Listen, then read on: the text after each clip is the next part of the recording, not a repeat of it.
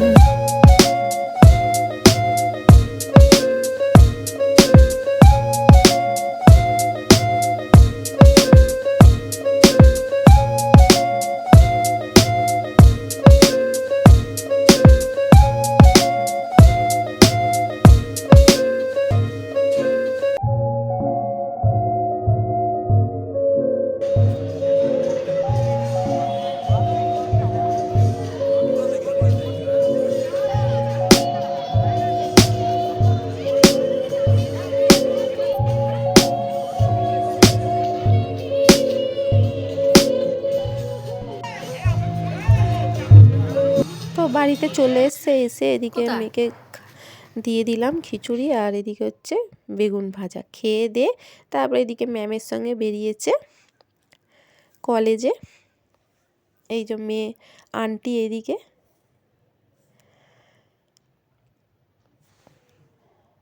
তো আমার মেয়ে তো শাড়ি পরে পুষ্পাঞ্জলি দিয়েছিল, তারপরে আবার চুড়িদার পরেছে।